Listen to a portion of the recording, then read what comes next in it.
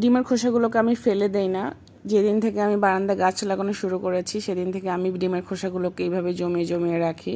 এবার তো আব্বা গ্রাম থেকে আসার সময় অনেক ডিম নিয়ে এসেছেন, সেগুলোকে আমি অনেক জমিয়ে রেখেছি। আরও অনেকগুলো জমেছিল, সেগুলোকে আমি এরকম করে গুঁড়ো করে রেখেছি। এটা গত কয়েকদিনের আমি এইভাবে খোসাগুলোকে জমিয়ে তারপর শুকিয়ে নিয়েছি। এগুলোকে আমি এইভাবে ভেঙে নিব ভালো মতন। চাইলে এইভাবে ভেঙে আপনারা ব্লেন্ডারে গুঁড়া করে নিতে পারেন, কিন্তু আমি ডিম কখনো ব্লেন্ডারে গুঁড়া করি না। একটু সময় লাগলো, আমি এগুলাকে ঠিক এইভাবে গুঁড়া করে আজকে আপনাদেরকে দেখাবো। পাটাটাকে আমি উল্টা করে নিয়ে যে সাইডটা আমরা ব্যবহার করি না ওই সাইডটার মধ্যে আমি এই ডিমের খোসাগুলোকে গুঁড়া করে নিব। আবার ঠিক পাটার মতোই পুতার যেই সাইডটা দিয়ে ব্যবহার করা হয় না সেটা দিয়ে গুঁড়া করে নিব।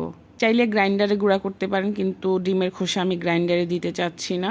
আমার মতে এইভাবে করলেই ভালো হয়, একটু কষ্ট হবে। এবার